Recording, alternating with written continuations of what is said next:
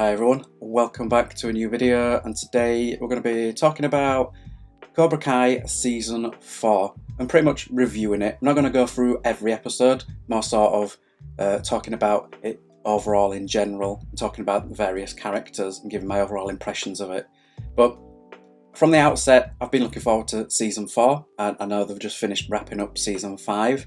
I've enjoyed the past 3 seasons, I think it's been a really strong, fun show that really embraces its past without sort of downplaying it like we've seen in a lot of modern day pop culture.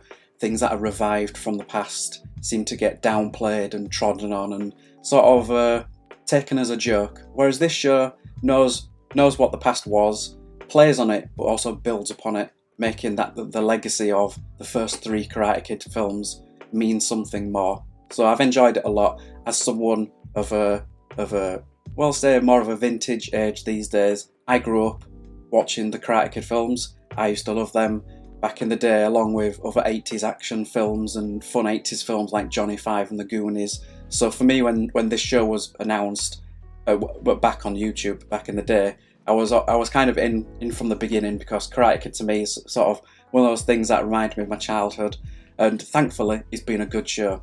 So Season 4 picks up pretty much exactly where Season 3 finished, where we'd seen the split in Cobra Kai. So Cobra Kai now has like 2 factions. They've split up between the guys who stayed with John Kreese and the guys that have moved over with Johnny Lawrence and now Eagle Fang. And now Eagle Fang have now joined up with Danny LaRusso, with Miyagi-Do, and now they're kind of trying to work together because they've come up with this pact with Cobra Kai that whoever wins the tournament this year will have to, but the losers will have to give up their dojos and their rights to be senseis. So there's a lot on the table, because there's three groups now battling it out to sort of take over that little plot of California. So as always, we have the fun back and forth between Danny LaRusso and Johnny Lawrence, those trying to work together. There's still a little bit of hostility between them both, but I feel that the more sort of friends who like to sort of have a poke and a dig at each other these days, rather than bitter rivals. The rivalry will always be there as the undertone, but I feel that they do more sort of respect and get along with each other, and we see that play out a lot through the season. The first sort of the season's broken into like 3 arcs. There's the beginning bit where Miyagi-Do and Eagle Fang are trying to work together and basically try to teach each other's ways to each other's students. So Miyagi's always been more of a defensive based, sort of taking on the opponent's speed against them and then attacking right when they find an opening, whereas Cobra Kai, or now Eagle Fang, has always been like strike first, strike hard, show no weakness kind of thing. So now it's trying to blend those two together, where you get Danny and Johnny kind of working a bit together, but then a bit not, because you can see some of the students are taking it and enjoying it, and then Johnny doesn't like the fact that some of his students are liking what LaRusso's teaching him, and vice versa. So you get a nice bit of split, but also you get to see them working together. Whereas Cobra Kai are going all out this year, and right at the beginning of the season, we get John Kreese going and finding an old friend. So it starts off with him going to just this really big upper posh house on the seafront. It's kind of like, well, what's he doing here? And he goes and talks to a young woman, she's probably in her 40s, who then calls over the guy whose house it is, and it turns out it's Terry Silver, the bad guy from the weakest of the 3 films, Karate Kid 3, where in Karate Kid 3 we see Danny sort of switch allegiances and learns Cobra Kai through Terry Silver, because John Kreese is away at this point, which brings out the anger that's always been within Danny. He's always known it's there. Mr. Miyagi always knew it was there, but he tried to suppress it and show him more of the inner calm and inner peace. But Terry Silver took that, twisted it, and made Danny into pretty much of a bad guy until the end, because it's Danny LaRusso, isn't it? He's never going to be fully bad. He's never going to go to the dark side and stay there. He just went over and sampled it a bit. But I've not seen the trailers for this season coming up, so I kind of went in blind, knowing I was going to watch it because I enjoyed the past 3 seasons. So seeing Terry turn up and be like, oh wow, they're literally calling like everyone back. We've had in season 3, we had cameos from when Danny went to Japan, from some of the people that was in the previous films from when he was over there back then. So all these calling back and bringing back characters is really, really good. I'm loving all the callbacks.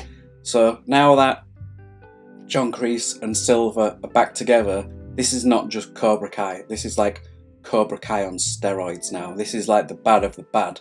And the kids that they're teaching, you know, they're the typical bad guys of the show. Robbie's now fully with Cobra Kai, and Tori's there, the bad girl from the previous seasons.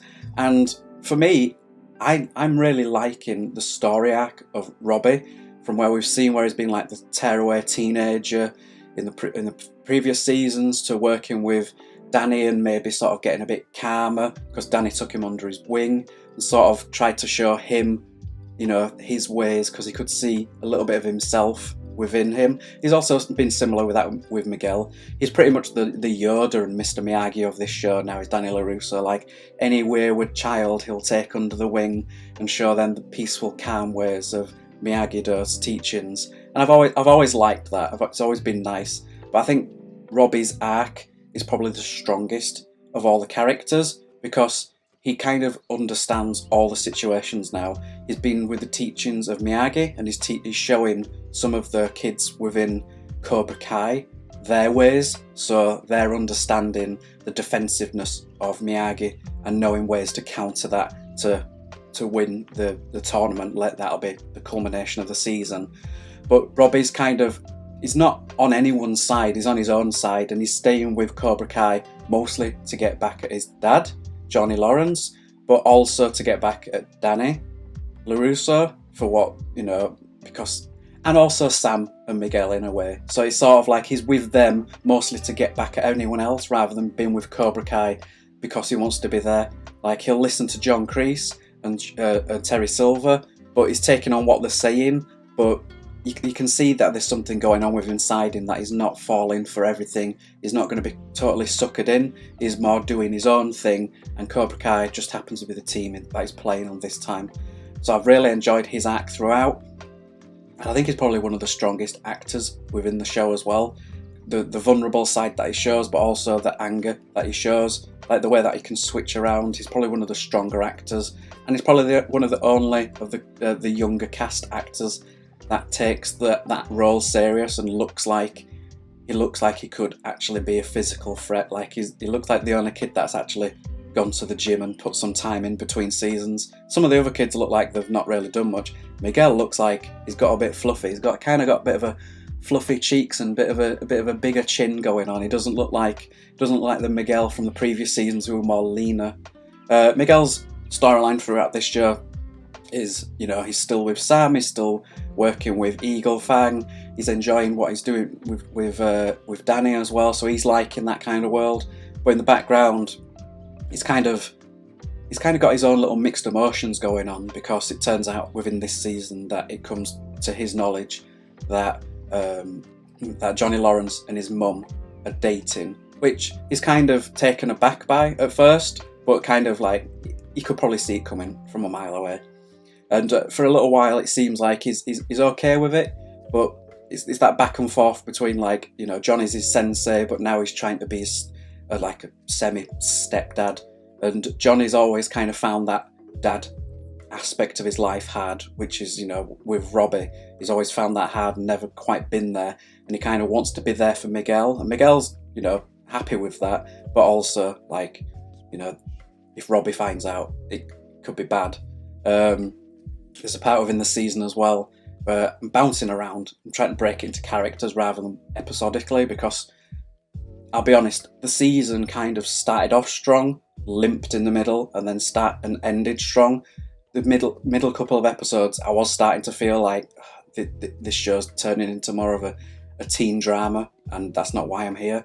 But with Miguel, there's a scene towards the end where Johnny gets beaten up by John Kreese and Silver, and Miguel finds him, and he's drunk at home, beaten up, and Miguel's like, I'm happy that you're with my mum, and I'm happy that you're trying to be there for me. And he gets all a bit emotional. Miguel tells Johnny that he loves him, and Johnny's like, I love you too, Robbie. And you can just see Miguel just break. It breaks him, because he's vulnerable enough, Miguel. Even though he puts on a bit of a front, you can see he's vulnerable, and that breaks him. So we've kind of got a lot of plates juggling at this point. So we've got the Eagle Fang, Miyagi-Do, trying to get together, trying to work together. There seem to, a couple of episodes, they'll be working together, then they'll separate, do their own things, come back together, separate. So that's kind of going off and on. Also, there's the luminous of the tournaments coming up, and the tournament this year has thrown out a couple of curveballs, so it's not just a tournament as we've seen before. They've got a skills-based tournament at the beginning, so the kids are having to learn skills. So some of them have got like sticks and swords, and they're breaking boards and concrete things, and I can't remember. They're not nunchucks. It's the ones Michelangelo has, the Teenage Mutant Ninja Turtles. I can't remember what it is. It's like the stabby knives, 3 stabby knife things. I can't remember the name of them. And also that the tournament is going to have a male and female tournament. So that means that their bet now means more, because there's different ways and routes you can win the overall tournament. So obviously, when they said that the announcement that there's a female tournament, I thought, well, of course there is. There's only like 3 female characters in the entire thing, and 2 of them are fighters. So there were a couple of episodes where all of them were trying to recruit new girls, and I kind of thought, fast forwarded a few scenes and just got to the points where people are watching, because there were a few funny montages of Johnny trying to recruit girls at the school with Miguel, and Johnny just doesn't understand the modern world, which is brilliant, because the modern world, especially in America, is just weird. And it'd be approaching girls like, oh, do you want to do that? Do you want to do this? And they're just looking at him like he's some sort of creep. And a lot of the girls sort of are talking in that modern political language, which is cringe-inducing. And hearing it aloud from what would be teenagers, you just shake your head in despair. Like, are these the people that are wanting to move into the real world in the future? But luckily, this show sort of lambasts that and sort of takes the piss out of it in a way which I'm happy with. I'm glad they don't eke into it too much and fall for it like what a lot of American and especially Netflix shows would. Is quite refreshing that it kind of it acknowledges that some of this stuff is existence, but a lot of people just whatever, just get on with your life, stop dancing around with this stuff, which I liked. But I did sort of skip some of them episodes while they were doing their recruitment thing, because it's when it turns into the teenage drama of, oh, the kids, I used to date him, now I date her. She wants to date him because he's never dated her. I don't care about that stuff. I'm not here for it to turn into Dawson's Creek with a bit of karate. I don't want the kiddie drama. And to be honest, a lot of the younger cast, you could cut half of them out. They added a new subplot this season with a new kid who is in the middle school and gets bullied by Danny's younger son, I can't remember his name, who's now not fat, he's grown up. I thought at first they'd recast the kid and got rid of the fat kid, but I looked on IMDb, turns out no, it's the same kid. So between seasons, he's obviously grown up a bit and lost some weight and he looks like 5 years older, even though the rest of the kids are pretty much look exactly the same. So the new subplot is there's a new kid, and because Johnny's kid is the bratty rich kid, his friends bully this new kid who goes and joins Cobra Kai, and I don't need another subplot. There's like 25 stories going on. I don't need another subplot with another group of kids coming into it. We've got enough. We can get rid of them. Like Hawk's probably one of the worst characters, because there's nothing threatening about that kid at all. Even when he gets his shitty fake tattoos, there's nothing intimidating about him. There's nothing intimidating when he gets his new hair. In fact, it makes him even more laughable than the geek he was at the beginning. I'd have more respect for him then, when he was just himself, rather than trying to portray being this tough kid when I don't care if he knows karate. There's nothing tough about him. His story arc this season is someone shaves his head. Yeah. Cobra Kai, pin him down when he's at the tattoo shop getting extra work done on that terrible eagle on his back. And yeah, they come in. And at first I thought they were going to tattoo him. That'd have been a better way, that they'd have added a Cobra Kai thing or wrote something on his chest or put something on him. Something silly, you know, the stupid tattoo added to it. But no, they shave his mohawk, which just takes away all his mojo and all his confidence, and he just turns into the whimpering little kid he was in season 1. And it's just sort of like, really? Is that's the most devastating thing to ever happen to you, is someone shaved your head? Like, it'd have probably been more worse if they'd have tattooed him, because that's actual physical pain. But shaving a shitty haircut off your head is the worst thing to ever happen to you. I kind of laughed at it at that point. I just thought, oh, fine, whatever. So he's now part of. In the end, he ends up being part of Miyagi-Do, which is where they all started off as, really, before moving on to Cobra Kai. So he leaves them and joins up with Miyagi-Do just as their top kid, because they don't have a top kid. The top kid of each one is, we've got Robbie over at Cobra Kai, Miguel over at Eagle Fang, and Miyagi-Do never really had a top kid. They were always sort of the actual proper geeky kids who never really got there. Their biggest star was Sam, but because they don't have, because the tournament's split into 2, then you know you've got to find a male lead and a female lead. So Hawk, Eli, is over there, also with Dimitri. So they're back on friendship terms again. One of the weirdest subplots of the past couple of seasons is how Dimitri has suddenly got one of the most attractive girls in high school. That's the most mind-bending thing of this entire thing. Take away the fact that these kids have mastered karate in less than like 2 years. It's the fact that some of these kids, the geekiest, wimpiest, ugliest kids, somehow attract the most prettiest girls in school. There's Eli had the hippie girlfriend, lesbian girl, Moon, I think, who's, you know, she's beautiful, but it's sort of like there's no way on earth. There's no way on earth. We all went through high school. This stuff does not happen. That's the most fantastical, weird thing about some of this show, is them teenage subplots. Like, it's just sort of like, I don't care. I fast forward some of these scenes. Some of the middle episodes, I literally just fast forward until Danny and Johnny were on screen, or some of the some of the other characters. I mostly just fast forwarded some of the middle episodes because it were like I were kind of losing interest, and I were kind of thinking like, am I even going to bother finish this season? And if the season finishes, like, am I even going to care? Thankfully, things start to ramp up towards the end with the last two or maybe 3 episodes where it is the tournament, where it's all been leading towards.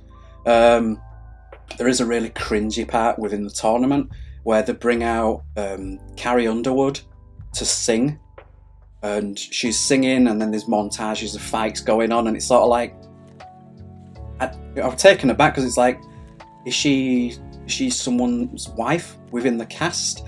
Why is she here? It was awful, absolutely awful. The singing, it's just a country song but it's sort of, it didn't fit with the sort of 80s metal music we got within the show. We just got this really weird singing montage with this, I presume, highly famous woman within America. I had to Google her because they said multi-Grammy award winning, this award winning, and I kind of thought, I've heard the name Carrie Underwood, and I'm like, are they just bumping her up a little? But no, she sold a lot. But the actual tournament breaks down really well. Start off with the skills-based thing, which is quite good to show off some of the skills, and it shows the kids have got the choreography down for the fighting, as well as learning these new extra skills. Like, it all looks really nice.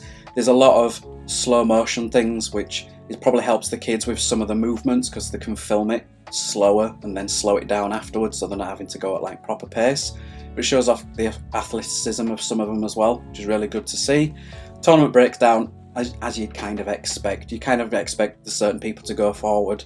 When it gets to the quarterfinals, we get Robbie going up against Miguel in the quarterfinals. Oh, wait, is it against Miguel? I can't remember fully which one. But there's a quarter-final fight with Miguel having to get towards the finals. Either quarter-finals, semi-finals, and Miguel's going to go for like this spin kick, which is reminiscent to what he did in one of the earlier seasons. And it looked like, at the time, he broke his hip again, or spine, or broke something with the way that he twists, and you hear a crack. He lands on the mat, screaming. The episode ends, starts back off, and he's in the medical room. And Johnny's like, you know, you're going to be okay, don't worry. Rub this stuff on you. I was kind of half expecting Danny to come in and go and do what I did earlier on, and kind of thought we're going to get that call back again, but no, we didn't. And Miguel just decides, no, he's not gonna. It doesn't show back up, and we'll talk about what happens right at the end of the season. But he kind of just forfeits his place, which ends up putting I think it's Dimitri against Robbie, and Robbie ends up going through. And Robbie's badass in this tournament, absolute badass, pulling out some awesome moves. Like, honestly, if Marvel are smart, they would hire this kid for a future Marvel film. I could see him as a young Captain America, Steve Rogers, because Steve Rogers is Captain America. I don't care who you give the shield to, Captain America is and will always be Steve Rogers. And I could see them with the weird multiverse and all this thing going through. You know, bring Robbie guy in. Wait, what's his name? Tanner. And then bring him as a young Captain America, and you know, tell more stories, because we need more Captain America. But his fighting is fantastic. He's like brutal and fast and efficient, and it's fun to see. Like, it's really good to see how that is. So in the end, Robbie loses to Hawk in the final, which surprised me, because I kind of saw the two tournaments going that we'd get Robbie winning the overall final or Miguel. But when that thing happened to Miguel, I kind of thought, well, Robbie's going to win this, and Sam will win the girls one because she's, you know, Danny's kid and, you know, the prized girl of the show, the good girl of the show. So I kind of thought we'd get a winner of Cobra Kai and a winner of Miyagi-Do. I didn't think we'd get winners from both. You know, Cobra Kai would win the male and female. I always thought it'd break down in that way. But in the end, no, Hawk wins, surprisingly. It's kind of a back and forth, and it goes to a sudden death where it's just back and forth, and it's just pretty much a lucky strike that Hawk wins in the end, because Robbie's kind of distracted at this point. He seemed to be going towards the good side towards the end. We'll talk about like the end phase with characters and possible things after. On the women's side, as expected, ends up being Tori and Sam. Eagle Fang do find a girl from the debate team within the school, this spunky Asian girl who seems to get Johnny's references really well. She seems to be in on the old school 80s action films, and she seems like she's going to be like quite a fun character for season 5, whereas now she's just we're just figuring out, but that's the only girl they got, and Miyagi-Do only got, you know, the Sam, really. Cobra Kai recruited a few more girls because Terry pumped in a load of money to Cobra Kai, so they've got a load of new training gear, a load of accessories and things, and that kind of helped bring some kids in. So they got a load of girls from the gymnastic team. They got, I think the main girl was Moon's ex-girlfriend, because, you know, the world we're in now. Got to have them in. Who turns out, you know, there's nothing to her. She kind of just does a lot of flips and cartwheels and kind of has a bit of an ego on her. Sam knocks her down quite easily. So the end of the tournament ends up being Tori and Sam.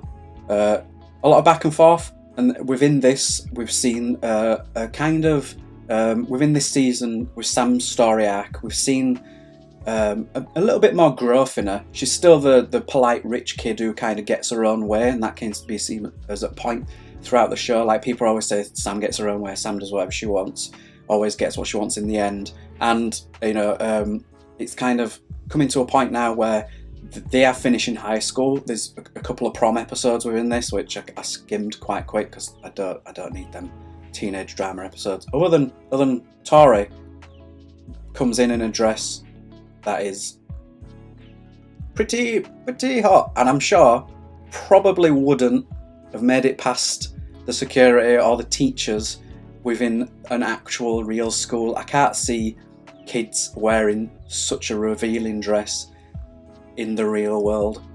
But, you know, the actress, I think she's in her mid-20s, can get away with it and pulls it off rather nicely.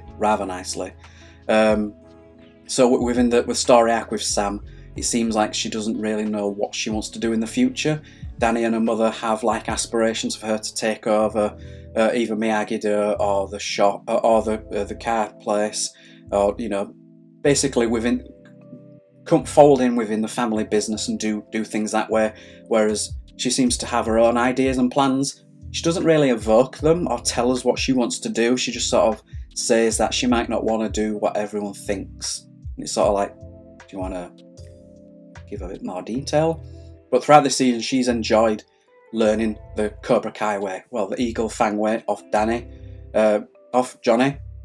So she's got the defensiveness down with Danny from all those years at Miyagi-Do, but she's enjoyed learning more of the attacking aspects from Eagle Fang, because she's always just got this chip on her shoulder with Tori because what happened with Miguel and the school fight and teenage drama stuff. So within the final fight, within the quarterfinals, she started using a couple of moves from Eagle Fang, which Danny picked up on. We got a bit of back and forth with Danny and Johnny, just like, you know, you taught my daughter this, you know, but she needed that, you know. But in the end, they come together and be like, look, I need you to help my daughter, and I approve of her learning these ways. You know, she just has to find her own path in life. I think it was an old Miyagi thing that he said that, you know, eventually you've learned my karate, you will learn your own and develop your own. And it's one of those things that Danny never wanted to give up the underpinnings of the Miyagi-Do way, of the defensiveness. He never wanted to let in the Johnny side, but it seems like moving forward they'll meld and make their own thing.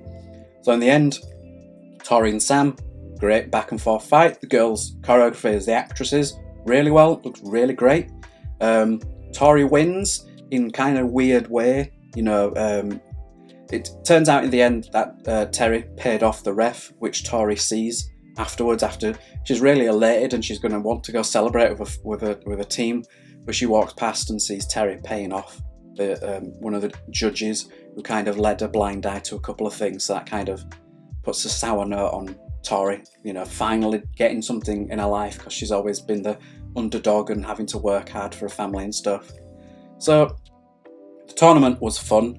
I enjoyed that. Like, I'm glad it built up to that and paid off well, because for me the middle couple of episodes flagged a lot. We got the character of Stingray back, which I forgot existed. Until I saw him, I was like, oh, this guy. And I kind of fast forwarded some of his scenes, because it's like, I don't care. But he was used in a good way. He went back to Cobra Kai, and John Kreese laughed at him and went, you're not Cobra Kai material, because at the time the Cobra Kai he was with was under Johnny. So he went back there after serving probation or whatever his useless story was. Got laughed out of the building. He ended up coming back another time at night. Terry was there. And was just basically said to him, look, I'll do whatever I can to prove I am Cobra Kai. And Terry just beats the living shit out of him, which quite fun to see, because it's like he's a crap character, so I'm not that bothered by it.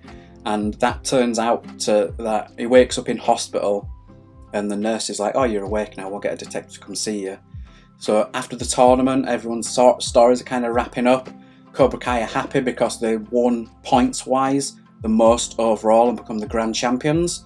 So that means that Johnny and Danny have to give up what they have. So Cobra Kai are effectively taking over that little part of California and can expand and build on Cobra Kai. So Terry and John Kreese are at Terry's nice house about to celebrate all this stuff. And throughout the season we've had Terry he started off as like a nice calm guy, and John Kreese was like, you know, it goes back to their days in Vietnam, that Kreese has always looked out for Terry and always had his back. It's hard to say if they've had a friendship or that Kreese has always just used people. It's hard to say, because some of it looks like they are friends, but some of it just looks like he's just found someone else who will sort of do his bidding and do his thing without sort of questioning him in, and it does start to question him sometimes within the series, and Kreese always shoots him down. It's like, you know who you are and why you're here. You wouldn't be here without me. So he always goes back and reverts back to that. And there's a couple of times where, you know, Terry's trying to build Cobra Kai further and push things forward, but Kreese is like, I never asked you to do this, never asked you to do that, and kind of knocks him down. So he's always sort of knocking him down, and within the end, Terry sort of takes over and just like, I don't care. And Kreese is like, how dare you talk to me like that? Do you know who I am? And he's like, I don't care anymore. I don't care. At this point, like, the police arrive, and it cuts back to Stingray in the hospital. And like, the police are like, oh, you need to tell us who did this, and we'll go arrest the guy. And he gives John Kreese's name, and it cuts back to like after Terry had beat him up. He's like, if you want to be Cobra Kai, you have to do this one thing for me, which is basically lie to the police, get John Kreese arrested. He's taken away, which means that Terry Silver can take over Cobra Kai once again. So that's where we're going to be leading into for season 5.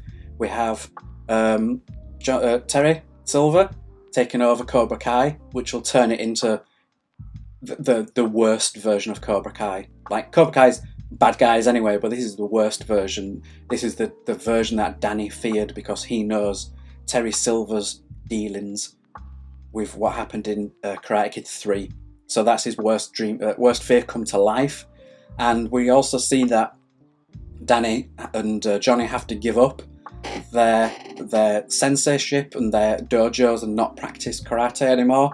And he's kind of like, no, we made deals with bad people. Bad people don't respect the deals they make, so why should we? So it looks like moving forward to next season. We also get a cameo from his friend from Japan, one of the Miyagi, I think it's one of the Miyagi family from season 3, turns up by his side. So he's now got the backup of extra people who can teach more skills. Some of the skills that Danny went up when he went back to Japan, relearned within himself. So that's good, and it seems like him and Johnny might finally come together and create something, whether it's under the name of Miyagi-Do or they create something new for themselves. We'll see. Miguel has run away. So his story arc is he's now going to Mexico to find his real dad, because of everything that's happened with Johnny, and the way that like he started to sort of see Johnny as a father as well as a sensei. But after Johnny said that in a drunkenness, when Miguel said, I love you, and he replied back, I love you, Robbie, and that kind of broke him, kind of makes him want to go find his dad, who is never really known. Turns out that Miguel's father doesn't know he exists.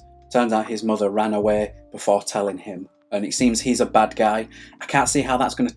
I can't see it being a cameo of someone from the previous Karate Kid films, so it's going to be a new character. Whether he is like a big bad gangster Mexican guy or not, we'll yet to see. But it also leaves sort of Sam in the cold. By the end of the season, she doesn't really know.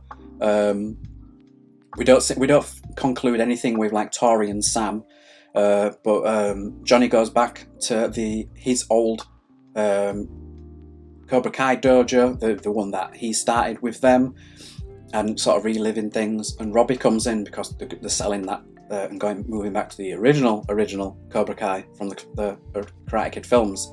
Robbie comes in, they have a heart-to-heart, hug it out. So it seems like even Robbie might be moving over to the good side, which I kind of always thought he would eventually do that. So it looks like him and Johnny will be back together. Whether they carry on the Eagle Fang or not, I'm not sure. I think Johnny and Danny coming together, forming a new thing, creating a new name, new logo, new ideals, would be a good way to sort of culminate and sort of solidify everything that they've built on this season. So I am excited for season 5. I do think with how the stories and everything's are going, I do think season 5 probably should be the last. It does feel like some of the things they are stretching out too much. You can't have that back and forth with Danny and Johnny as much because they are sort of more friendly now. You know, they're hanging out on evenings together. Johnny's at his house having family meals when Miguel comes over for the prom episodes. So there's no real angst and hostility towards each other. It's more just sort of friendly back and forth sort of ribs and jabs at each other, rather than sort of the negativeness that we had in mostly season 1 and 2. I think 3 is where things kind of started to feel better between them. So Where it leaves most of the kids' storylines, I don't know. I hope we don't get more of the storyline with the middle school kid. I think they're moving up to high school. The new kid and Danny's son. I don't care. We've got enough characters. Just finish off the story arcs with the main kids. I'm not bothered about Eli and Dimitri and Moon and Dimitri's girlfriend and all the other, extras, basically. I'd rather just see the culmination of what's going on with Danny, Johnny, and Cobra Kai and finish that off. And maybe the main kids, Miguel, Tori, Robbie, and Sam, just finish their stories. The other kids, we don't really need to know much about. We get 10 episodes a season, and some of that stuff, the high school drama with the other kids, feels like padding just to make sure that they do get 10 full episodes, whereas this season could have been cut to maybe 7 or 8. It seems to be the American high school thing. Gotta show prom. Yay, prom. I didn't do prom. Prom wasn't a thing over here in England back in the day for me. I probably wouldn't have gone anyway. It feels cringeworthy. I never went to the school discos or things we did over here anyway. I never enjoyed them. So those episodes I skimmed through, went past. But I'm kind of hoping that season 5 just sort of wraps everything in a bow nicely. The bad guys lose, the good guys win, the bad kids turn good, see their ways and repent, and it's all a big happy ending. Sun goes down, 80s music plays, everyone's a winner. That's how I'm hoping it goes. Overall, happy with the show. If I was going to score it, 7 out of 10. I think the middle episodes let it down, whereas it started and ended strong, so thankfully it ended good and didn't end on a whimper. So probably 7. I'll say 7 out of 10. I don't really score things. I'll just give things positive, negative reaction, but some people want scores, so 7 out of 10 for me. So let me know your thoughts below. What you feel for this season? You feel for the character arcs? Are you with me? Are you kind of over the high school drama elements and kind of just want to see the main leads and the main reason that it exists, the original Karate Kid characters? Are you just wanting to see them? Or did you come into the show with Cobra Kai and didn't really have the experience of Karate Kid like me and some oldies might have? So let me know your thoughts below on the show overall this season, characters. If you agree or disagree, I'm okay with that. We can talk it out in the comments. Thanks for watching. Like, share, subscribe. Do all that stuff for the algorithms. I'll catch you guys in the next video. Bye.